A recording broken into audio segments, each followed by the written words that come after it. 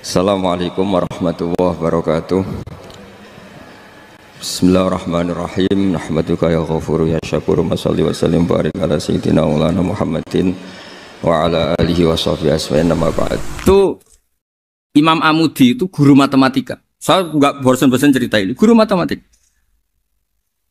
Muridnya sampai takut, ini masuk surga ndak? Kiai kok ndak ngajarin istighosa atau tahlil, malah ngajarin apa? Matematika. Beliau meninggal, terus muridnya tanya, ma fa'alallahu bik, kira-kira gitu. Apa yang dilakukan Allah? Allah nyambut Anda gimana? Terus kata Imam Amudi, bagus, saya disuruh ngajar malaikat. Karena malaikat kan tidak pernah kayak anak beki gini, ngaji gini. Malaikat itu tidak pernah ngaji, dia iman saja. Karena tahu surga, tahu neraka, terus iman gitu aja. Jadi imannya malaikat itu nggak keren, keren kita. Imannya loh. Loh itu yang ngendikan Nabi loh, tidak saya. Nabi pernah tanya sama sahabat, iman yang paling keren siapa? Jawabannya sahabat, malaikat. Ya enggak, karuan malaikat iman. Dia yang tahu surga neraka, tahu segalanya, masa ada imannya? Pasti iman lah katanya. Terus ya para sahabat, engkau iman ya wajar kan, menangi saya, nemuin saya. Yang hebat itu orang-orang yang tidak melihat saya, tidak saya didik, tapi tetap iman. Karena dididik akal, ya tadi dididik Quran, apa dididik Quran. Sama siapa? Teks bahasa Arabnya masang. Terus Imam Amudi kata Allah, suruh dia ngajarin para malaikat cara menemukan saya. Malaikat dikumpulin, terus Imam Amudi disuruh ngajar. Sama singkat kata-katanya Allah di mimpi itu. Istadilla ala wahdaniyati bi hadrati malaikati. Tolong ajarkan cara menemukan saya padahal Anda ini manusia yang tidak melihat saya. Anda di Jakarta kan melihatnya gedung-gedung. Paling jadi khayal, terus nikmat lah, Anda ikut punya tapi ikut nikmati. Orang desa-desa kalau ke Jakarta itu pokrol. Wah, di Jakarta itu gedungnya tinggi-tinggi, tidak kayak kampung sini. Lu udah ikut punya, ikut bangga. Di Jakarta orangnya cantik-cantik, tidak kayak orang sini. Padahal dia ya dapat orang cantik gitu. Jadi Allah itu saking pinternya, miskin-miskinnya bisa berkhayal dan bahagia. Nah, itu alhamdulillah betul. Akhirnya itu apa ini anak-anak begini saya tak niati ngajar standar anak-anak akademik. Terus pertama yang diajarkan hanya bilang gini, sama siapa teknya? Ya malaikat wahai para malaikat. Terus beliau bilang, nisbatus naini wassalasah ila malanihayatalahu nisbatul far'i ilal asli. Angka itu jumlahnya berapapun, 2, 3 sampai triliunan. Semuanya itu nisbatul far'i ilal asli. Binisbat ilal wahid nisbatul far'i ilal asli. Angka 2 ya cabangnya 1, 3 cabangnya 1, 1 triliun ya cabangnya 1. Tetap yang asal usul adalah angka 1. Itu nangis semua malaikat. Cara Jawa itu mandekman kue iman kaya imanku. Makanya imannya umatur Rasulullah SAW itu PD-nya, yakinnya kayak imannya malaikat. Kalau Tuhan itu 1. Karena angka agak bisa dimulai kecuali dengan angka 1. Makanya nisbatus naini wassalasah ila ma la nihayata lahu iku nisbatul far'i ilal asli. Semuanya itu nisbatnya cabang ke induk.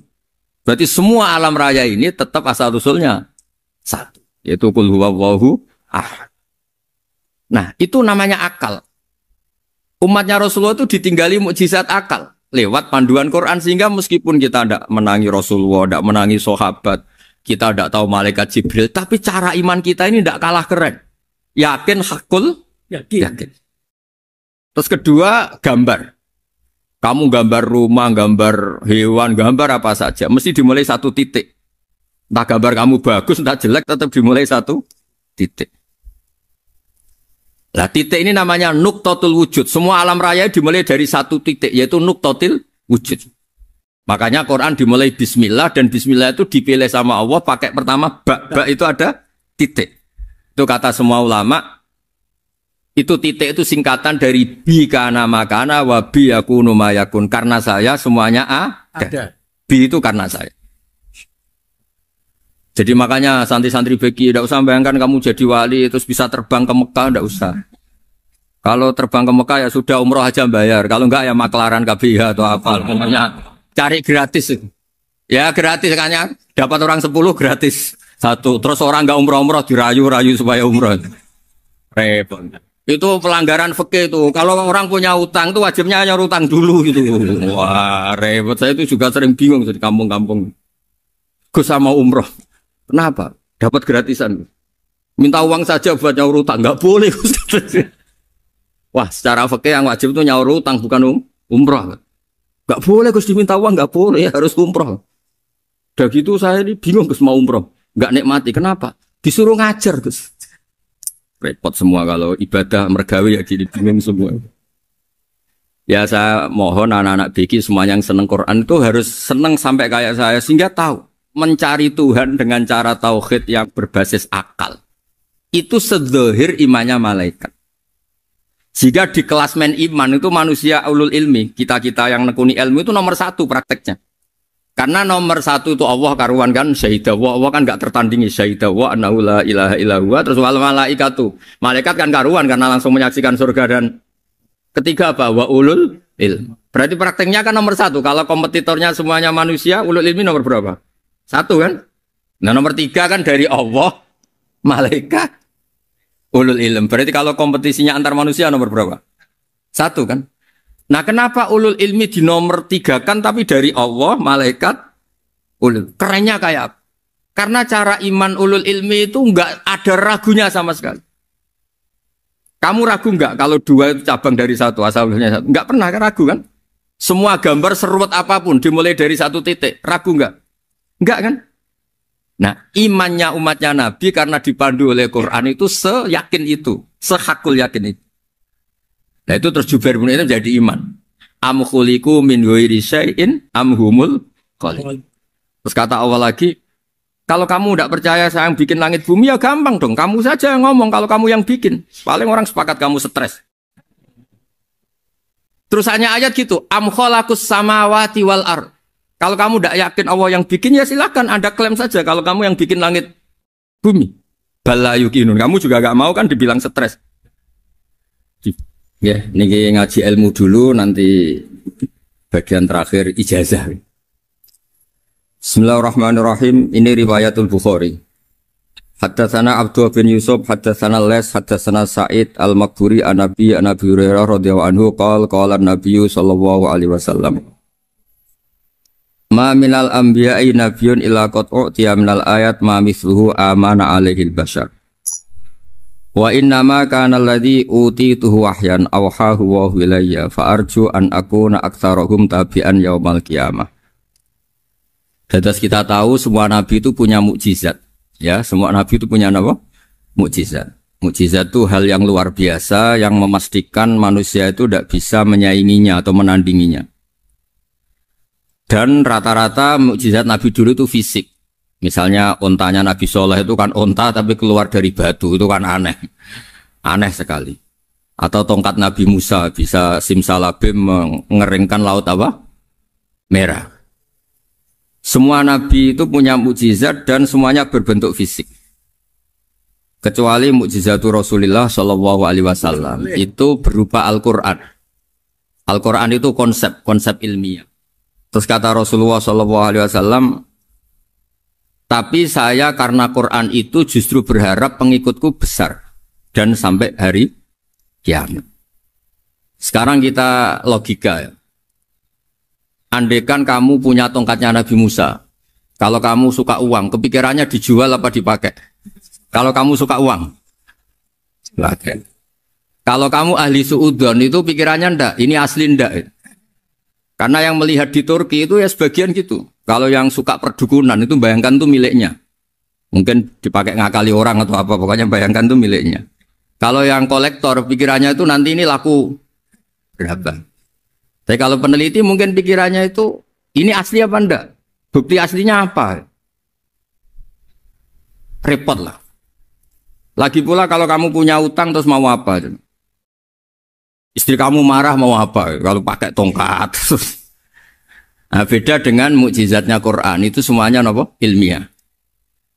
Orang yang sedang harmonis dengan istri bisa pakai ayat di antara ayat-ayat Allah itu apa? Wa ja'ala bainakum mawaddatan warahmah. Nanti kalau ditakdir cerai, saya tidak menyarankan cerai. Kalau ditakdir cerai. Itu masih dimotivasi sama Allah, wa iya tafarraqa yughnillahu kullam min saati. Jika suami istri itu cerai, jangan-jangan suaminya dapat istri lebih baik, istrinya nanti dapat suami lebih baik. Jadi yang masa lalunya ada keprahara. Kan banyak orang suaminya meninggal ketika nikah lagi ditanya, kangen sama suami pertama, alhamdulillah ini lebih baik. Padahal suaminya yang meninggal itu berharap istrinya ini kangen, ternyata dia sudah syukur dapat suami yang lebih baik. Jadi Quran itu menunggui kita ila yaumil qiyamah. Kita tidak bunuh diri, itu ya barokahnya Quran. Karena problem apapun kita dinasihati apa sabar, apa dinasihati sabar. Kan nggak mungkin kamu pegang tongkatnya Nabi Musa, punya masalah apa saja ngelihat tongkat, bisa apa tongkat. Tapi kalau Quran kan nasihat, solusi. Makanya Nabi berharap dengan Quran ini, saya berharap pengaruh saya, pengikut saya terbanyak ila yaumil ya. Terus beliau dikomentari begini sama, ini Fathul Bari, sarahnya Bukhari. Al-muradu anna mu'jizatil anbiya inqaradat binqiradi a'sorihim. Falam yusyahidha illa man hadaraha. Problem mukjizat nabi-nabi dulu itu kan fisik. Sehingga yang tahu kalau Nabi Soleh punya unta yang ajaib, itu yang tahu ya hanya yang hadir saat itu. Yang tahu kalau tongkat Nabi Musa bertuah, itu juga yang tahu hanya yang hadir saat itu. Selebihnya tahu tongkat ya di museum. Tapi kalau Quran menjadi solusi, menjadi panduan, menjadi pegangan itu ila yaumil qiyamah. Kita beri contoh ya, Quran panduan yang paling gampang misalnya begini. Dulu ini cerita ya. Dulu itu ada orang kafir cerdas namanya Jubair bin Mut'im. Itu saking pinternya dia, pinter juga tokoh. Itu sebagai delegasi pembebasan Asra Badrin. Jadi tawanan-tawanan perang Badar itu mulai dulu ya ada negosiasi mau dibebaskan. Terus orang-orang kafir ini menugaskan namanya Jubair bin siapa? Mut'im. Ini ada di Bukhari. Karena ini ngaji di Jakarta. Kalau orang nggak tahu hadis juga tanya ini sahih enggak gitu. Wong nggak tahu kok tanya itu aneh. Padahal kalau dibodoni itu ya nggak tahu. Tapi ya tetap tanya, hadisnya ini sahih enggak? Ini kata kiai apa kata nabi ini ya ribet. Memangnya kata nabi kamu dengar kan ya lewat kiai. Emang. Setelah itu Jubair itu datang ke Medina. Dengerin, datang ke mana? Medina. Kemudian dengar Nabi baca wattur pas sholat maghrib. Jubair karena Nabi dulu gak ada hotel, gak ada pondok ya. Pondoknya Nabi hanya sufah itu. Nabi baca maghrib, bukan diskusi, bukan debat. Baca wattur wa kitabim mastur firrokim mansur wal baitil ma'mur wasaqofil marfu wal bakhril masyur terus. Kemudian sampai pada titik ayat am khuliqu min ghairi syai'in. Masa manusia atau alam raya yang maujudat, yang nyata, yang wujud nyata. Kemudian asal-usulnya itu ketiadaan. Ini kan hadhil alam maujud. Alam ini kan nyata. Masa sesuatu yang nyata, penciptanya itu tidak nyata. Jadi nggak mungkin ada faham nihilisme. Kalau faham nihilisme berarti melahirkan teori begini. Al-adamu yakhluqu maujudan. Sesuatu yang tidak ada, menciptakan yang... Itu kan akal nggak bisa menerima. Kalau sesuatu ini ada, penciptanya pasti ada. Terus akhirnya Jubair bin Mut'im itu simpuh di depan Rasulullah terus bilang, ya Muhammad kada qalbi ayatir. Hampir saja hati saya terbang. Kalau riwayatnya Imam Ahmad, faka'anna masudi qalbi, hati saya ini hancur. Semua teori yang saya bawa untuk ngelawan kamu sekarang luluh semua, hancur semua. Yang benar adalah teori Anda bahwa Tuhan itu satu dan Tuhan itu ada sebelum semua makhluk. Coba kalau Nabi Muhammad ada Jubair bin Mut'im terus menyembunyikan tongkat dekat mihrab. Terus dilihat ini apa. Paling pikirannya ini dari kayu apa. Terus yang bentuk tongkat itu tukang pemahatnya siapa. Kok kurang keren kalau di Blitur gimana ya. Kan malah panjang. Kira-kira kalau mukjizat itu dari tongkat itu malah panjang. Panjang lah pokoknya. Panjang. Lagi pula kamu coba kan nggak ngarah mandi. Itu yang mandi kan nabinya, bukan tongkatnya. Coba tongkatnya Nabi Musa dicoba anak-anak beki itu. Dipakai mukul kucing aja tidak mesti mati itu. Jadi nggak jelas mukjizat-mukjizat seperti itu nggak Tapi kalau Quran menunggui. Sampai saking hebatnya Quran, teori rasionalitas, soal kampanye di mana-mana. Tingkat validitas, tingkat kebenaran Quran. Itu bahkan bisa diuji tanpa membuktikan. Tanpa apa? Cukup pakai akal. Ya, terus saya teruskan. Fala yamurru terus al-murad anna mu'jizatil anbiya in qaradat bi qidari a'sam wa mu'jizatul Qur'an mustamirratun ila yaumil qiyamah.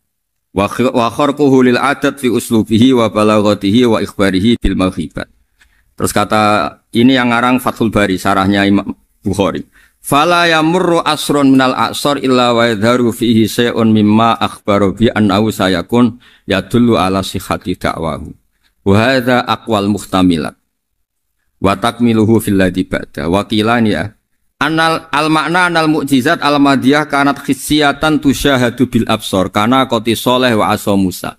Mukjizatnya nabi-nabi dulu itu hanya penyembuh, hanya pelengkap, hanya nuruti keinginan mata. Seperti dahsyatnya apa? Laut Merah diseblak apa dipukul sama tongkatnya Nabi siapa? Itu semuanya itu hanya memanjakan mata. Urusan mata, terus wow itu. Tapi kalau mukjizatnya Nabi Muhammad itu berdasar akal. Maksudnya berdasar akal nih dengerin ya, dengerin betul. Ketika Laut Merah terus tersibak kan, wow itu keren kan. Terus kita bilang menyimpulkan, wah kita tidak akan mampu. Itu bodoh sekali kesimpulan kita tidak akan mampu. Meskipun bikin nyamuk Anda juga tidak mampu. Loh untuk memutuskan tidak mampu saja kok sampai pertunjukan seperti itu tuh laopo, cek goblok gitu. Nah kalau kita karena umat yang pinter untuk memaksa kita nggak mampu, Allah bilang Inna wa la yastahi ayadriba mathalam ma ba'ud. Kita melihat nyamuk langsung berkesimpulan tidak mampu. Saya berkali-kali cerita nyamuk itu sudah kecil, masih punya urat, uratnya kayak apa? Masih punya kuman, kumannya seberapa? Ya enggak, nyamuk itu kecil, punya organ tubuhnya punya urat. Itu kalau kamu pinter, antara tongkatnya Nabi Musa menyibak Laut Merah sama nyamuk itu sama-sama berkesimpulan melahirkan satu faham bahwa kita tidak. Loh, untuk memaksa tidak mampu saja kok menuju pertunjukan ada onta keluar dari batu, nakotu soleh, ada tongkat yang bisa mengeringkan laut. Cek goblok ya. Nah kita alhamdulillah tidak sejenis goblok yang seperti ini. Untuk ikrar bahwa Allah itu hebat ala kulli syai'in, cukup lihat nyamuk, kagum kan? Sudah tidak usah bikin hidup. Saya berkali-kali mencontohkan. Para pemahat tak suruh bikin patung gajah itu mampu. Tak suruh bikin patung nyamuk kalau bisa. Nyari materi dari apa? Gampang mana bikin patung gajah sama patung nyamuk? Gajah, makanya Allah bikinnya contoh itu untuk ijaz itu pakai nyamuk, bukan pakai gajah. Itu kalau ustadz-ustadz yang agak jorok malah contohnya nyamuk, Gus. Itu kecil. Itu kayak apa? Di dalamnya dia hamil. Oh, itu anaknya kecil lagi, telurnya kecil lagi, itu gimana itu cara bikin itu?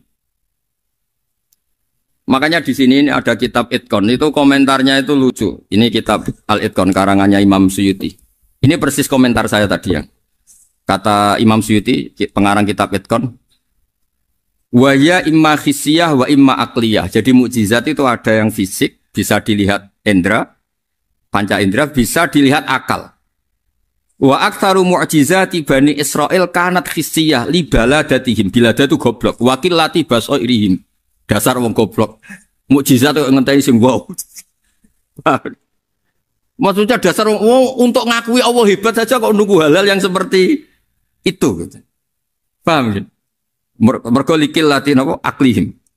Wa aksaru mu'jizati hadil ummah aqliyatun li farati dzakaihim wa kamali afwahihim. Dan mukjizatnya umat ini semuanya berdasar akal karena sudah cerdas.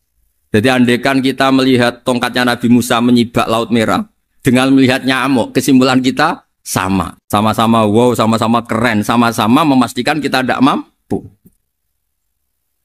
Makanya terus Quran menerangkan wa ma min dabatin fil ardi wala ta'iri yatiru bi janahihi illa umamun amsalukum. Jadi keseharian kita lihat burung kok terbang.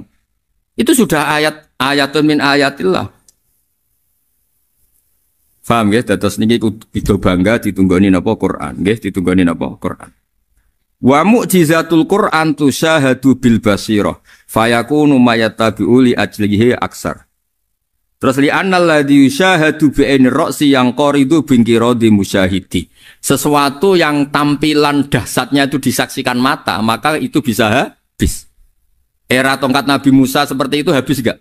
Bisa mengeringkan laut merah, habis kan? Tapi era mukjizatnya Quran ila yaumil qiyamah. Ya contoh sosial, saya kembali lagi ke sosial. Kamu punya teman awet atau punya istri awet, itu konsepnya ya wal kadhiminal ghaidh, agak gampang tersinggung. Coba kalau kamu setiap tersinggung putus, setiap tersinggung habis, kamu tidak punya teman, tidak punya istri. Sampai kita awet seperti ini, kalau kecewa ya wal kadhiminal ghaidh, ngempet. Termasuk saya ini, biasanya ngaji khusus terus baca gini ya kecewa. Tapi barokahnya diwarai Quran wal kadhiminal ghaidh, ngempet Gus, ngempet. Terus kecewa sama teman, kenapa tidak putus? Karena wal afina aninna, sudah kalau kecewa maafkan. Coba kalau kita kecewa presiden, dia mau kecewa menteri, dia mau kecewa orang tua minggat. Ya kalau dicari, kalau tidak kan malu. Saya itu punya teman tak tanya, kecewa besar sama bapak itu. Kenapa tidak minggat? Malu. Kenapa malu? Takut gak dicari. Itu orang tuh paling malu itu kalau keluar dari rumah nggak di. Saya punya teman lagi, saya ini takut mati, Gus. Kenapa? Takut istri saya tidak nangis, Gus.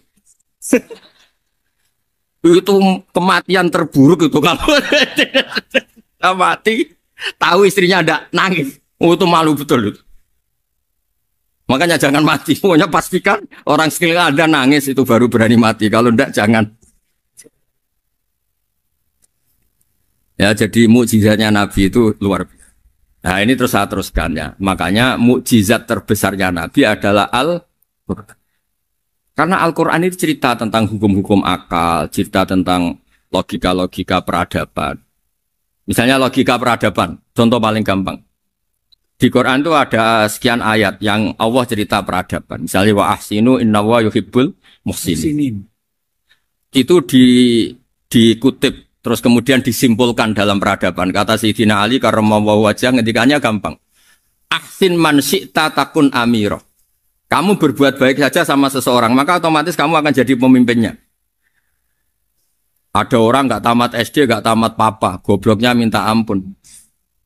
Tapi karena gaji seorang pakar, oh kamu tak gaji 1 bulan 1 miliar, perusahaan saya jadikan besar. Itu dikongkan ngalor ngidul ya nurut. Hanya karena dia ihsan. Terus wastaghni amman syi'ta takun nadhira. Saya ulang lagi. Wastaghni amman syi'ta takun nadhira. Dan kamu jangan butuh orang lain, siapapun dia, maka kamu akan setara. Misalnya ada menteri orang antri mau salim, tapi kamu tidak butuh, kan tenang saja. Tapi kalau kamu butuh, habis kamu. Ya kan? Kamu tidak butuh seseorang, maka kamu posisinya akan setara. Kamu harus sopan karena punya utang jasa. Kalau nggak punya apa-apa kan setara. Ya enggak? Misalnya kamu jajar rektor atau jajar menteri, jajar apa saja. Kalau kamu tidak punya utang kan, kamu jajar menteri tidak punya utang. Sama jajar satpam tapi punya utang, takut mana?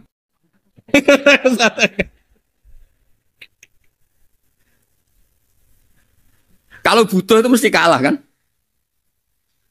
Ada pejabat misalnya nggak begitu cantik sama perempuan cantik yang kamu butuh ingin dicintai, takut mak. Padahal nggak jelas orang ini pangkatnya apa. Jadi dalam hukum sosial itu kata Sayyidina Ali wastaghni amman syi'ta takun nadhira. Kamu jangan butuh seseorang maka kamu akan setara. Terus yang terakhir wahtas ila man syi'ta takun asira. Asira pakai sin. Dan silahkan butuh seseorang maka kamu akan jadi budak dia.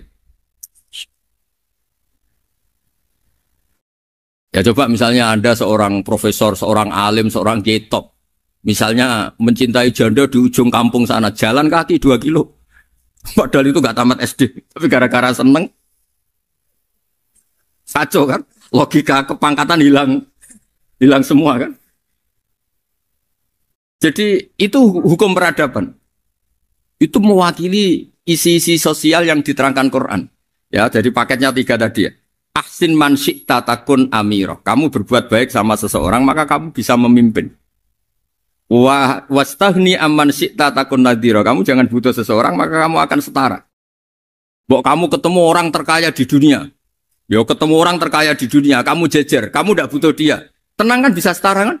Tapi kalau butuh harus sopan, ngajukan proposal, harus berakhlak karimah. Makanya sekarang Anda kok berakhlak kenapa? Ternyata mau nyalek. Biasanya Anda berakhlak kok berakhlak. Ada apa ini? Makanya guyonan di Rembang itu Beb Husen itu.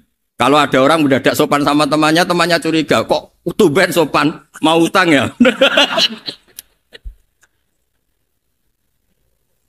Dan zaman akhir itu kacau.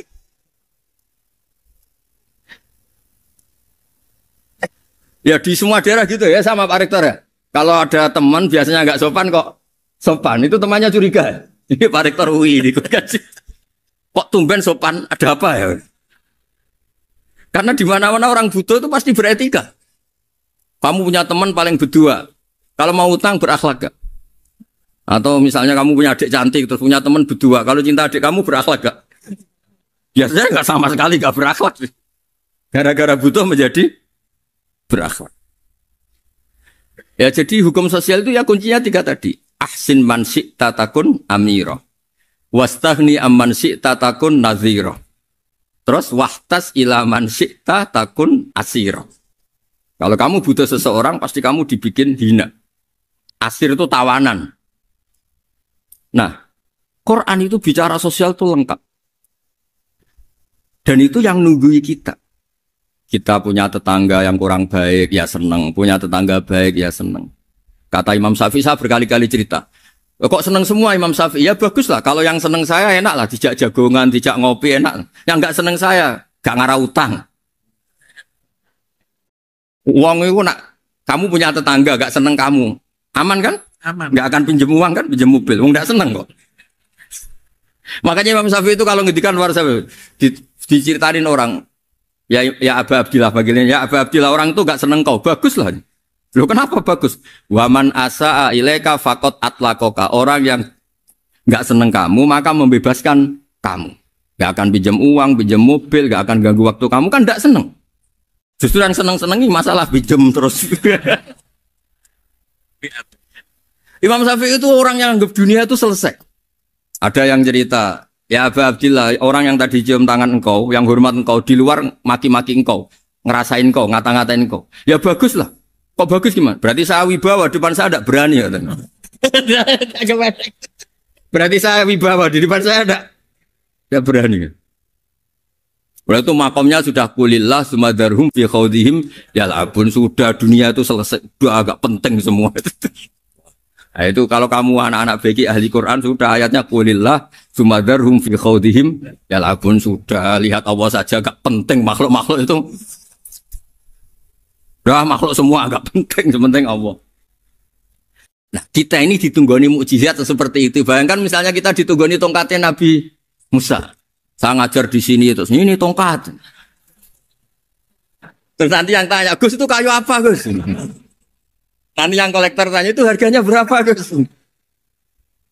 Ruwet apa? Terus yang ahli suudon itu asli gak Gus? Wah. Yang ahli suudon kan mesti tanyanya gitu, itu asli enggak Gus? Repot-repot pokoknya. Tapi kalau Quran kan jelas.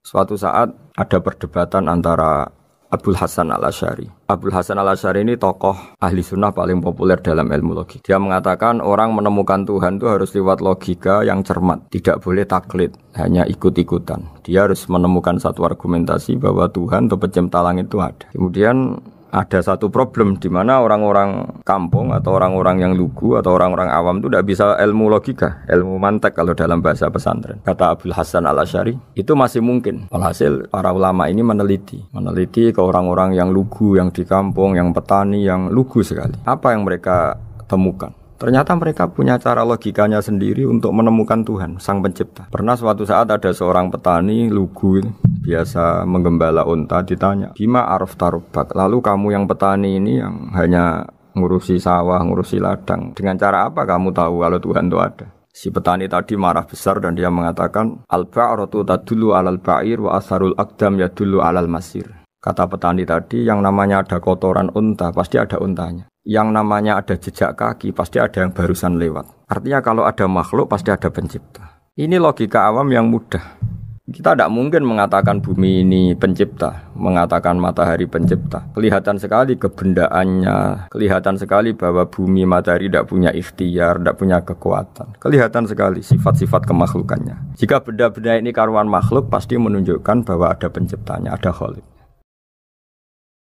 Bismillahirrahmanirrahim. Alhamdulillahirabbil alamin wassalatu wassalamu ala asyrafil mursalin sayyidina Maulana Muhammadin wa ala alihi washabbihi ajmain. Amma ba'du. Berikut sebagai mukaddimah bahwa Profesor Zaini Dahlan berkeinginan UII punya tafsir dan terjemah sendiri.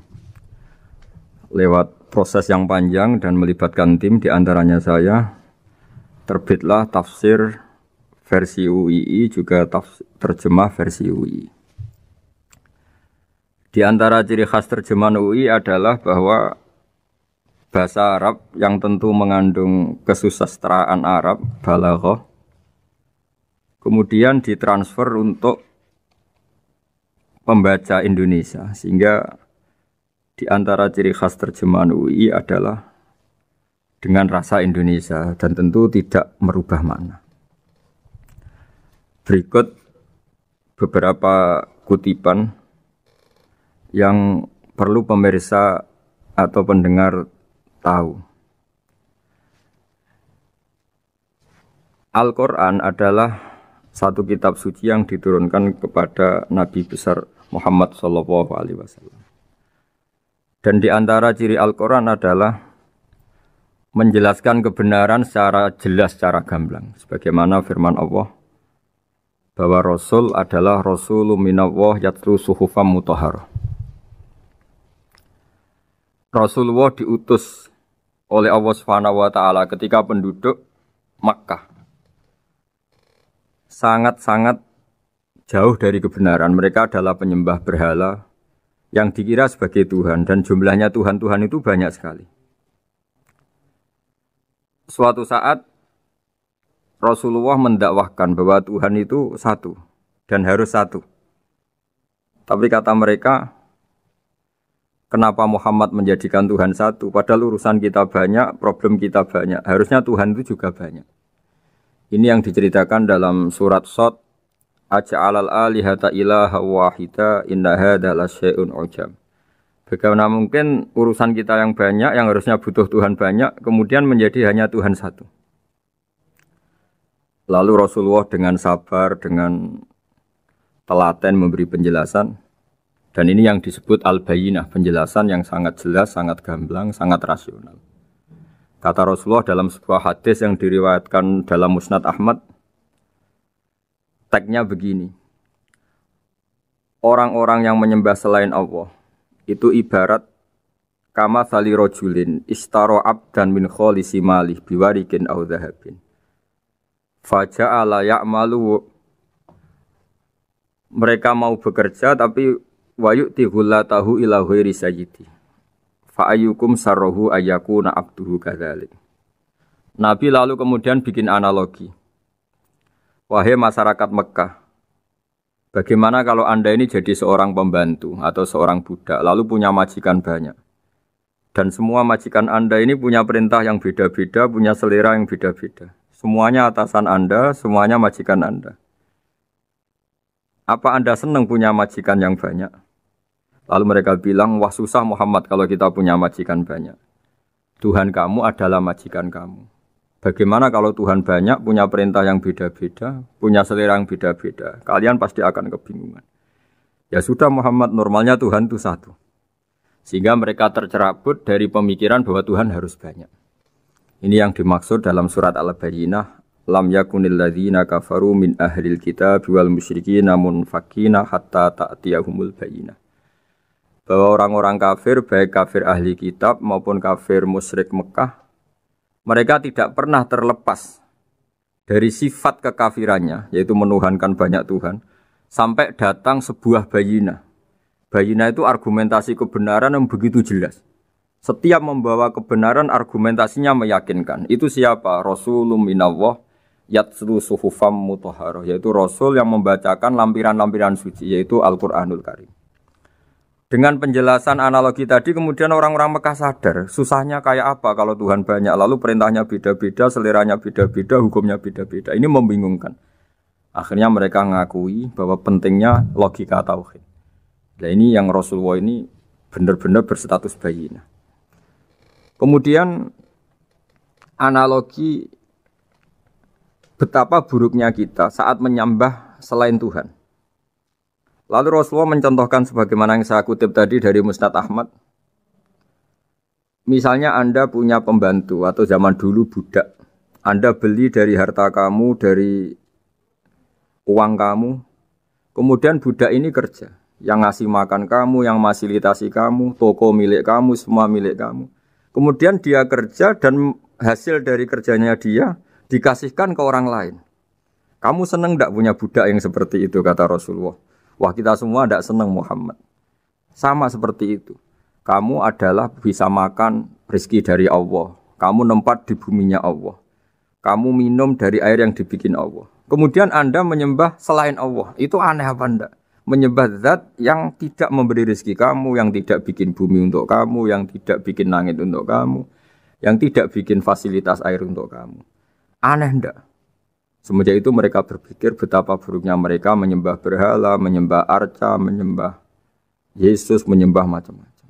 Nah ini yang disebut Rasulullah adalah orang yang benar-benar bayyinah. Ketika melontarkan kebenaran, benar-benar jelas sehingga diterima secara akal yang sehat. Karena semua akal yang sehat akan menerima agama ini disebut fitratallahi fatarna salihah, bahwa agama ini agama fitrah. Orang yang normal, yang cara berpikir normal pasti menerima agama ini. Nah, UII dengan terjemahan ini dan dengan tafsir ini ingin memberi penjelasan simbol-simbol yang ada di beberapa surat. Di antara lagi yang di bab muamalat. Betapa Rasulullah itu punya logika yang benar-benar mudah diterima.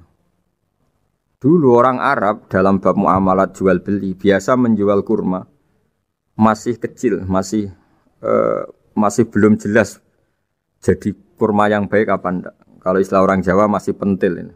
Kalau bahasa Arab qobla buduwi solahiha. Calon buahnya itu belum pasti jadi buah. Kemudian masih bunga, masih apa sudah dijual. Dengan transaksi asumsi harga andekan sudah jadi kurma. Kalau dalam Jawa mungkin jual mangga sebelum tua, masih pentil, masih kecil. Lalu kata Rasulullah, kamu jangan melakukan itu. Kenapa ya Rasulullah, padahal kita butuh uang? Kata Nabi, Ara'aitum in mana Allahu as-samra, fabima yastakhillu ahadukum mala akhi. Bagaimana kalau buah-buah yang masih kecil itu kemudian berguguran karena satu musim atau karena apa? Lalu kamu mendapat uang itu atas nama apa? Yang dikatakan tijaroh adalah muawadhoh. Pembeli dapat barang, kamu dapat uang. Lalu kalau barang yang ada enggak menjadi buah yang baik, Anda menerima uang itu atas nama apa?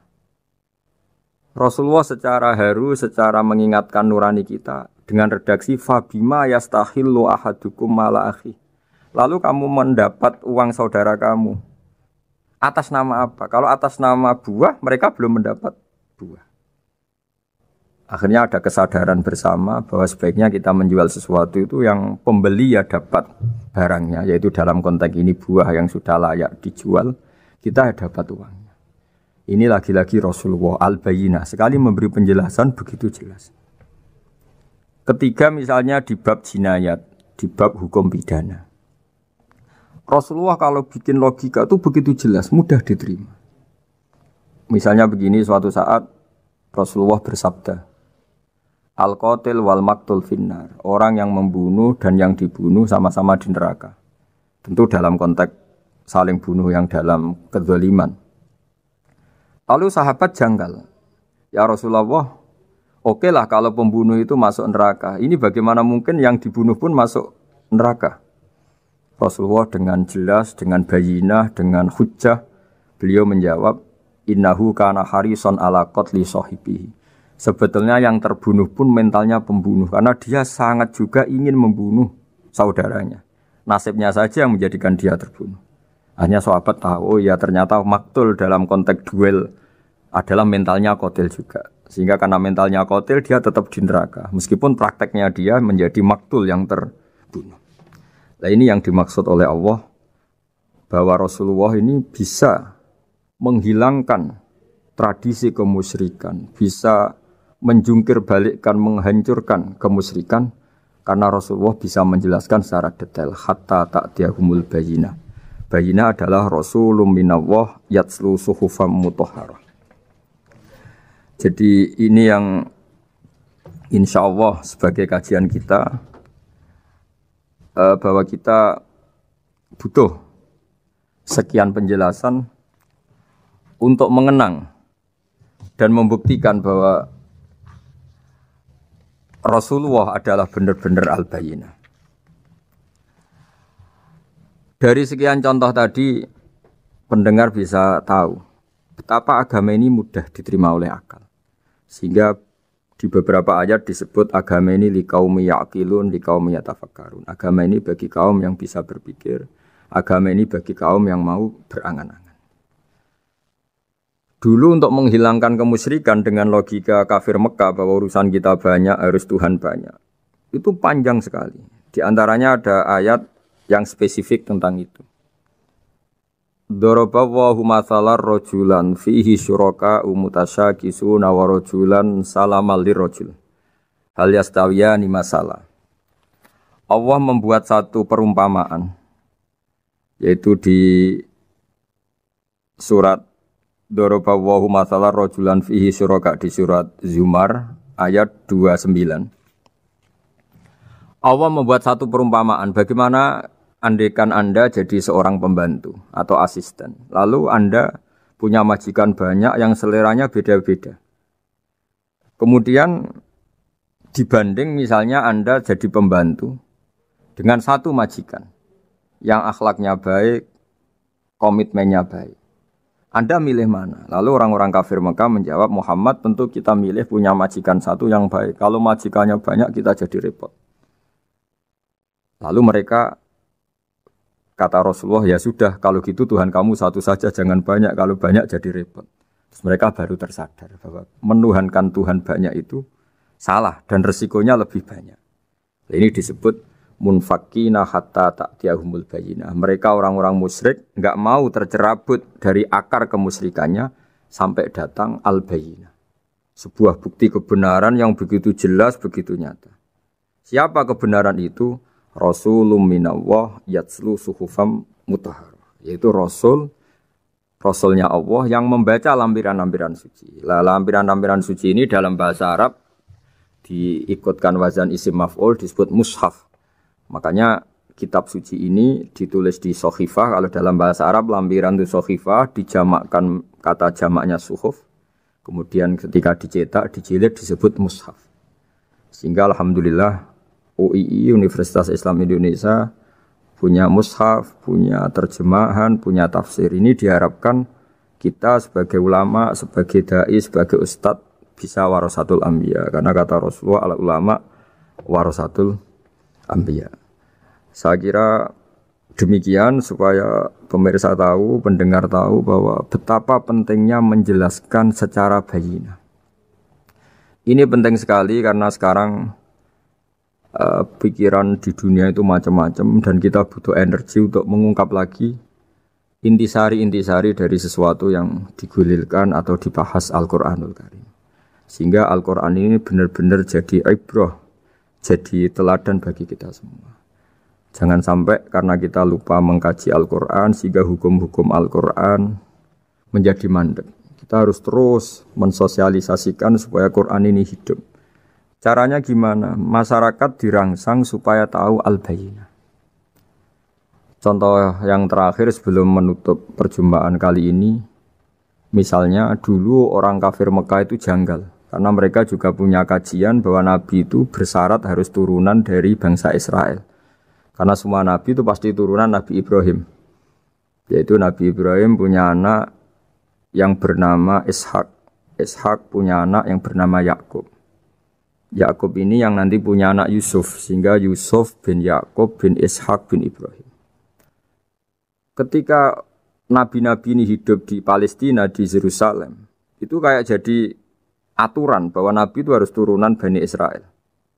Sehingga ketika orang-orang kafir Mekah dari kelompok ahli kitab,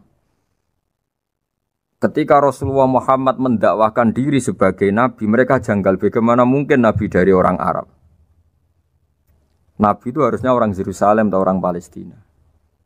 Kemudian Allah memberi penjelasan, fihi ayatum bayinatum maqamu Ibrahim, bahwa Muhammad adalah turunan Ibrahim.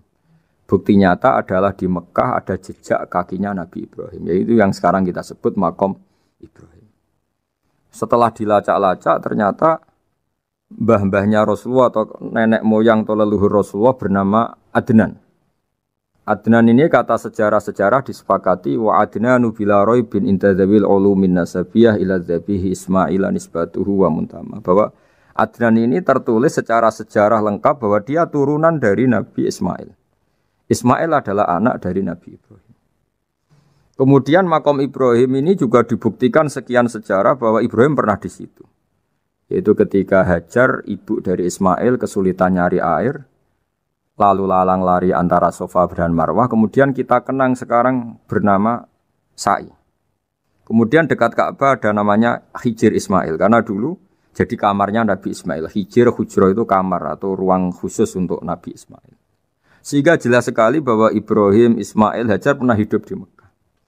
Lalu lagi-lagi orang kafir Mekah yang dari kelompok ahli kitab sadar bahwa Muhammad jadi nabi layak karena dia juga turunan dari Ibrahim alaihis salam. Ini yang disebut fihi ayatum bayinatum maqamu Ibrahim, bahwa di kawasan Mekah, kawasan Bakkah atau kawasan Hijaz jelas sekali ada jejak-jejak Nabi Ibrahim. Lagi-lagi ini bayina.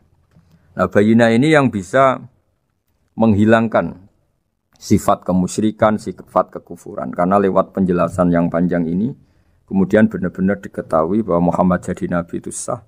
Karena dari segi dakwahnya benar, perilakunya benar, hujahnya benar. Sekarang dari segi nasab juga benar, karena beliau termasuk keturunan dari Nabi Ibrahim alaihissalam lewat jalur Ismail. Ini penting kita ketahui dan perlu kita kaji supaya istilah-istilah di Al-Quran kita tahu. Makanya banyak istilah di Al-Quran, misalnya wattaba'tu millata abai, kita ngikuti agama leluhur kami. Di situ disebut ada Ibrahim, ada Ishak, ada Ismail, ada Yakub. Kenapa demikian pendengar? Bahwa karena agama ini butuh tradisi. Dan tradisi ini menjadi komunitas sosial. Sehingga ketika tradisi ini sudah mantap, insya Allah lewat kebenaran agama ini akan menyingkirkan kemusyrikan. Contoh paling mudah begini, Nabi itu melarang orang menyembah batu. Tapi kemudian dalam tradisi Islam sendiri ada orang sholat kemudian sujud. Yang secara zahir sujud itu mencium batu atau mencium masjid tempat kita sujud. Apalagi kita mencium Hajar Aswad. Secara kasat mata seakan-akan kita ini menghormati betul Hajar Aswad. Sehingga orang kafir mencibir, Muhammad itu aneh. Dia melarang kita menyembah batu, tapi dia sendiri mencium Hajar Aswad seperti itu. Dia sendiri menyembah batu. Orang kalau sujud seakan-akan seperti itu. Tapi lewat penjelasan Nabi, bahwa kita sujud hanya kepada Allah. Kita kalau sujud baca sajadah wajhililladzi khalaqahu wa sawwarahu wa syaqqa sam'ahu wa basarahu bihaulihi wa quwati fatabarakallahi ahsanul khaliqin. Wajah kami sujud kepada zat yang menciptakan wajah kami, yang mengasihi kita pendengaran, yang mengasihi kita pandangan. Hanya Allah saja yang ahsanul khaliqin, hanya Allah saja zat yang paling baik dalam penciptaan. Ini penting sekali saya katakan bahwa sehingga sujud kita yang seperti itu adalah simbol tawadhu. Tidak ada kaitannya dengan kita ini menyembah batu. Sehingga kita tradisikan ke anak-anak saat sujud baca subhana rabbiyal a'la wa bihamdi. Kita ajarkan mereka bahwa semua selain Allah adalah ciptaan Allah. Jadi andai kan enggak ada tradisi tauhid yang dijelaskan begitu detail. Saat kita haji bilang labbaik Allahumma labbaik, labbaik la syarika laka labbaik. Innal hamda wan ni'mata laka wal mulka la syarika lak. Ya. Setiap kita haji mengitari Hajar Aswad kita bilang nikmat semua dari Allah. Enggak ada syarik bagi Allah, enggak ada mitra bagi Allah, enggak ada sekutu bagi Allah.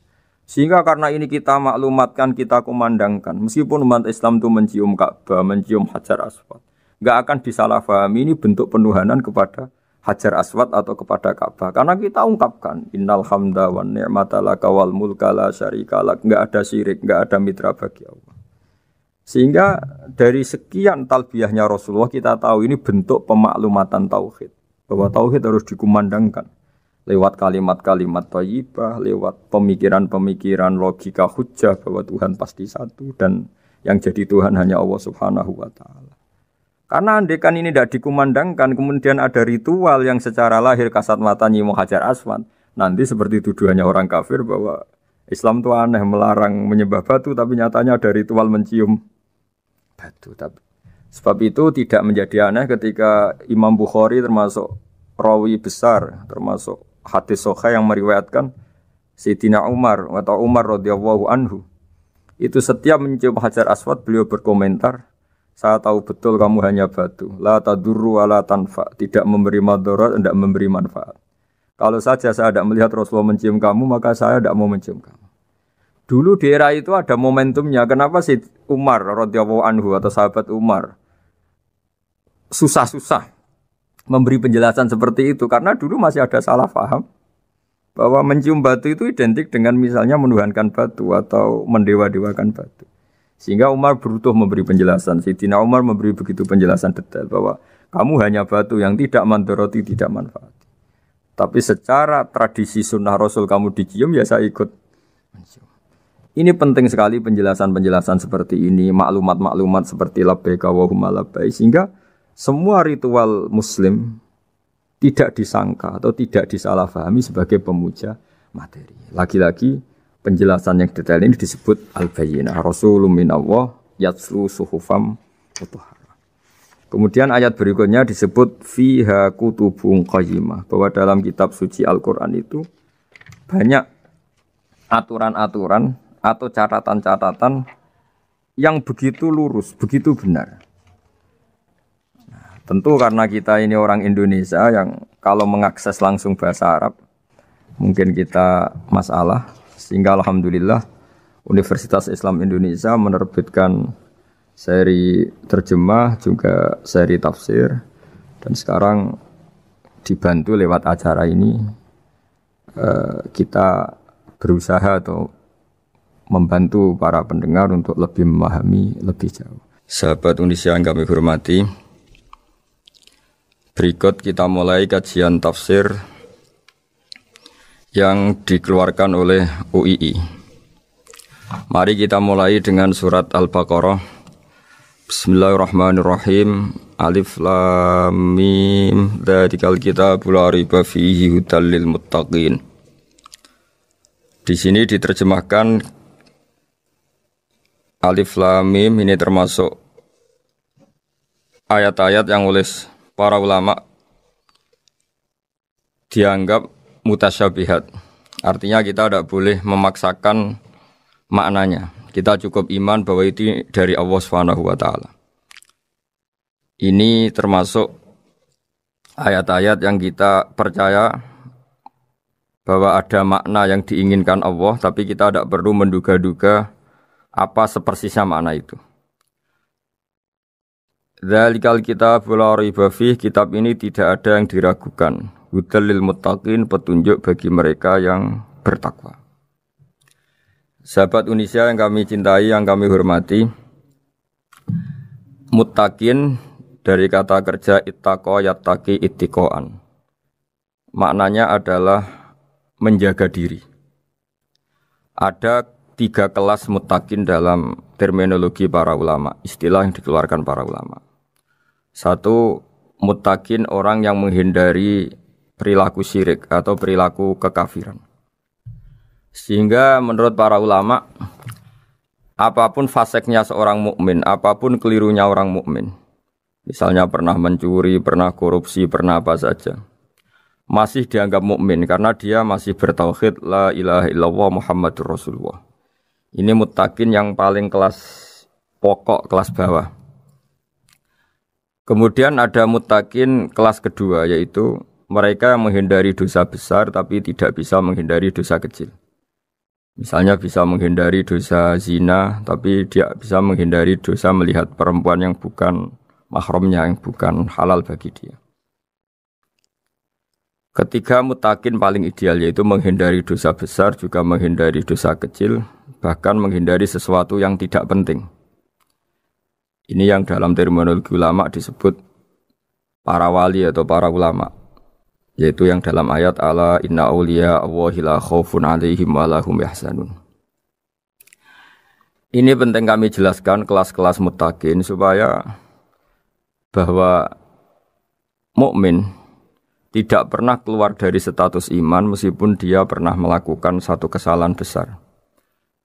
Karena yang dikatakan mukmin adalah siapapun yang meyakini kebenaran risalah Muhammad. Risalah yang dibawa Muhammad berarti dia mukmin. Soal dia melakukan dosa atau apa saja itu menjadikan dia fasik tapi tidak keluar dari status mukmin. Ini yang dimaksud dalam sebuah hadis, man qala la ilaha illallah dakhalal jannah. Siapapun yang pernah melafadzkan la ilaha illallah iman, maka dia pasti nanti masuk surga. Kemudian ada beberapa pertanyaan dari para sahabat dengan masa lalu orang itu yang macam-macam, Nabi tetap menjawab meskipun dengan masa lalu yang macam-macam. Sebab itu perlu dikaji serius, sebagaimana ada yang ditafsir Sawi bahwa muttaqin itu dari kata kerja ittaqo yattaqi ittiqoan atau ittaqo yattaqi taqwan. Ini maknanya orang yang menjaga diri. Tentu menjaga diri ini ada yang kelas premium, kelas sempurna. Jadi sesuatu apa saja yang bahaya kita jaga, termasuk dosa kecil, melakukan hal yang tidak penting. Ada orang mukmin yang hanya bisa menjaga dari dosa kekafiran, dosa kemusyrikan. Ini pun dengan segala kesalahannya masih ada kemungkinan dimaafkan Allah. Karena Allah pernah berfirman, innallaha la yaghfiru ayyushraka bihi wa yaghfiru ma duna dzalika liman yasha. Allah tidak akan memaafkan dosa syirik, tapi Allah masih bisa memaafkan atau masih berkenan memaafkan dosa di luar syirik. Kemudian yang perlu dimengerti oleh sahabat Indonesia adalah makna la raiba fihi. Ini yang perlu kami ungkap, bahwa Al-Quran ini tidak ada keraguan padanya.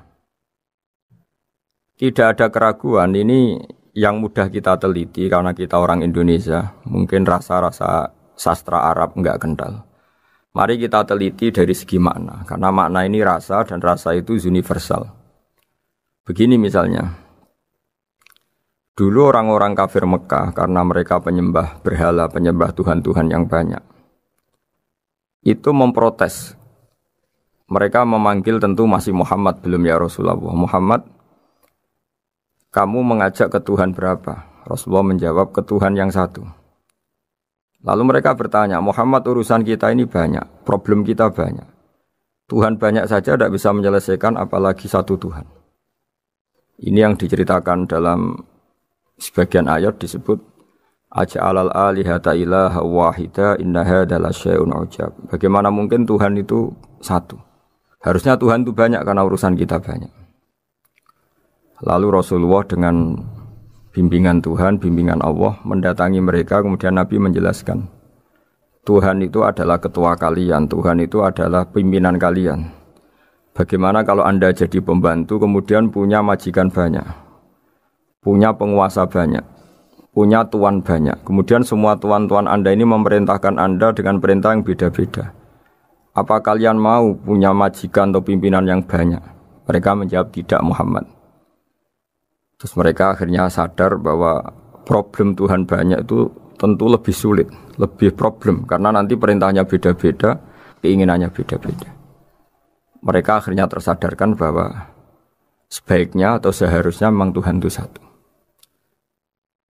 Jadi Rasulullah SAW menjelaskan logika bertauhid itu dengan sekian variasi, dengan sekian logika.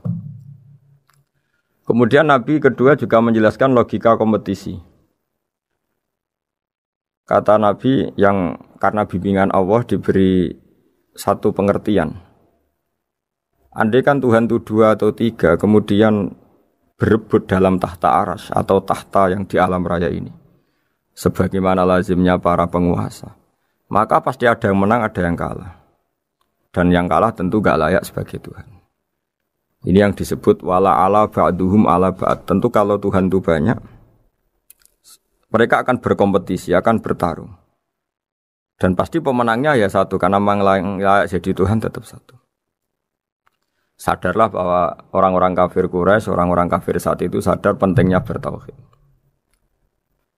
Ketiga, Nabi juga menjelaskan tauhid secara ilmu logika. Begini para pendengar.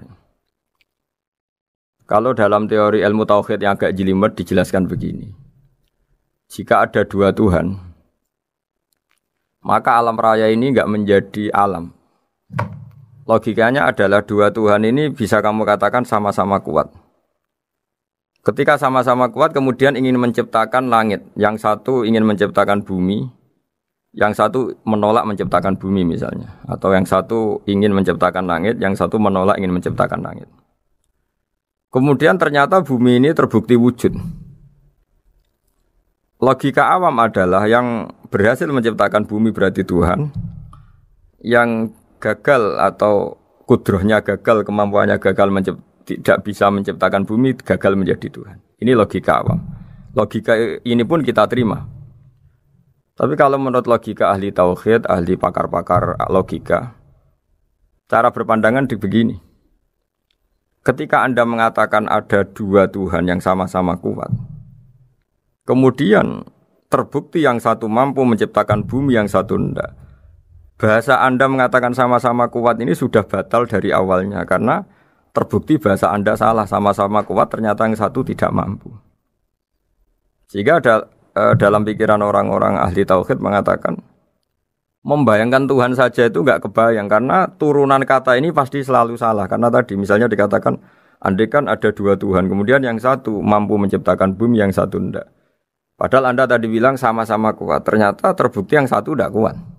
Berarti kata Anda sama-sama kuat ini salah. Ini pula yang diajarkan Rasulullah lewat bimbingan Allah, lewat wahyunya yang disebut Lau kana fihi ma alihatun illallahu la fasadata. Karena kalau ada 2 Tuhan pasti kamu sifati sama-sama kuat. Ternyata sifat sama-sama kuat ini batal demi hukum karena ternyata yang satu tidak mampu menciptakan bumi. Atau kamu sifati 2 Tuhan ini sama-sama lemah. Itu tidak mungkin lagi karena ternyata bumi ini terbukti wujud. Pasti penciptanya ini tidak yang sangat kuasa. Jadi logika-logika tauhid sedemikian dibangun oleh Rasulullah lewat bimbingan Allah Subhanahu wa taala. Logika keempat supaya kita iman dan tambah kuat imannya adalah logika yang mudah dicerna oleh kebanyakan orang atau yang bisa diindra. Begini misalnya dalam sebuah ayat di surat Al-Kahfi, kemudian di awal surat Al-Ahqaf, kemudian di sebagian surat At-Tur, ada penjelasan begini. Ketika Rasulullah mengajak manusia menyembah Allah, kemudian orang-orang kafir tanya, lalu Tuhan kamu siapa Muhammad? Tuhan saya adalah Allah menciptakan langit bumi. Terus mereka berandai-andai, ada Lata, ada Uzza, ada Manat, ada Hubal. Itu Tuhan-Tuhan kami. Terus Rasulullah bertanya, apakah Tuhan-Tuhan yang kamu sembah itu memberi kontribusi saat langit dan bumi diciptakan? Mereka menjawab, tidak Muhammad, itu Tuhan-Tuhan yang kami bikin. Begitu juga asumsi tentang Tuhan-Tuhan yang lain. Apakah Isa ikut menciptakan bumi atau menciptakan langit? Tentu jawabannya tidak.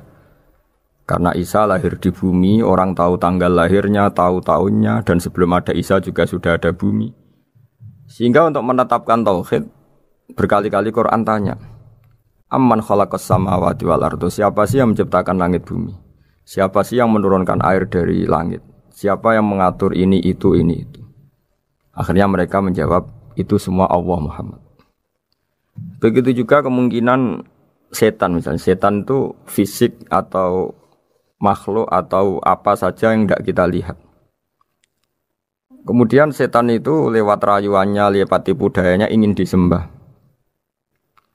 Kata Allah menjelaskan ini, ma asyadduhum khalqas samawati wal ardi wala khalqa anfusihim. Kamu tidak perlu takut sama setan atau apalagi menuhankan setan. Setan itu tidak yang punya reputasi menciptakan langit dan bumi. Bahkan setan tidak bisa menciptakan dirinya sendiri. Ini menjadi pengetahuan bagi kita betapa bagi pakar-pakar tauhid, ahli tauhid, ketika setan nyatanya diusir dari surga, itu pun versi mereka. Versi mereka pun mengatakan seperti kita bahwa setan itu diusir dari surga dan ya keluar dari surga. Kalau setan itu Tuhan, tentu diusir gak mau karena di surga itu nikmat. Ketika setan diusir dari surga ya keluar, dia juga jadi makhluk yang hina dina. Berarti dia tidak punya kekuasaan bahkan pada dirinya sendiri. Dipaksa keluar dari surga ya keluar, dipaksa menjadi ahli neraka ya jadi ahli neraka, dipaksa jadi apa saja juga dia akan jadi seperti yang dipaksakan. Ini menunjukkan bahwa setan adalah tahta kudratillah, tahta qahrillah, tahta satwatillah, bahwa setan pun dalam kendali kekuasaan Allah. Makanya Allah mengatakan kamu tidak usah menyembah setan, tidak usah nurut sama setan. Setan itu lemah sekali, karena faktanya dia tidak bisa memaksakan keinginannya. Ini yang oleh Allah disebut dalam firman-Nya inna kaidas syaitani kana dhaifa. Setan itu lemah sekali. Ini perlu saya sampaikan ke para pendengar Unisia bahwa bertauhid itu ada sekian logika. Logika kelima adalah logika orang awam. Awam sekali. Suatu saat ada perdebatan antara Abul Hasan al-Asy'ari. Abul Hasan al-Asy'ari ini tokoh ahli sunnah paling populer dalam ilmu logika. Dia mengatakan orang menemukan Tuhan itu harus lewat logika yang cermat. Tidak boleh taklid, hanya ikut-ikutan. Dia harus menemukan satu argumentasi bahwa Tuhan atau pencipta langit itu ada. Kemudian ada satu problem di mana orang-orang kampung atau orang-orang yang lugu atau orang-orang awam itu tidak bisa ilmu logika, ilmu mantek kalau dalam bahasa pesantren. Kata Abu Mansur, kata Abul Hasan al-Asy'ari, itu masih mungkin. Walhasil para ulama ini meneliti ke orang-orang yang lugu, yang di kampung, yang petani, yang lugu sekali. Apa yang mereka temukan? Ternyata mereka punya cara logikanya sendiri untuk menemukan Tuhan, Sang Pencipta. Pernah suatu saat ada seorang petani lugu, biasa menggembala unta, ditanya, Bima araf tarubak, lalu kamu yang petani ini yang hanya ngurusi sawah, ngurusi ladang, dengan cara apa kamu tahu kalau Tuhan itu ada? Si petani tadi marah besar dan dia mengatakan, Al-ba'ratu tadullu alal ba'ir wa asarul aqdam yadullu alal masir. Kata petani tadi, yang namanya ada kotoran unta, pasti ada untanya. Yang namanya ada jejak kaki, pasti ada yang barusan lewat. Artinya kalau ada makhluk, pasti ada pencipta. Ini logika awam yang mudah. Kita tidak mungkin mengatakan bumi ini pencipta, mengatakan matahari pencipta. Kelihatan sekali kebendaannya, kelihatan sekali bahwa bumi matahari tidak punya ikhtiar, tidak punya kekuatan. Kelihatan sekali sifat-sifat kemakhlukannya. Jika benda-benda ini karuan makhluk, pasti menunjukkan bahwa ada penciptanya, ada khalik. Dalam logika Bedui tadi, si Bedui tadi, kalau ada kotoran sapi, pasti ada sapinya. Meskipun sapinya sudah sekarang nggak terlihat, mungkin sudah jalan kemana. Sama, kalau ada jejak kaki, meskipun orang yang tadi lewat sudah kita nggak tahu, tapi kita pasti tahu, pasti ada yang lewat. Ini yang dimaksud dalam bahasa Arab, al-ba'ratu tadullu alal ba'ir, kalau ada kotoran sapi atau kotoran unta, pasti ada untanya. Wa atharul aqdam yadullu alal masir, kalau ada jejak orang lewat, pasti tadi ada orang lewat.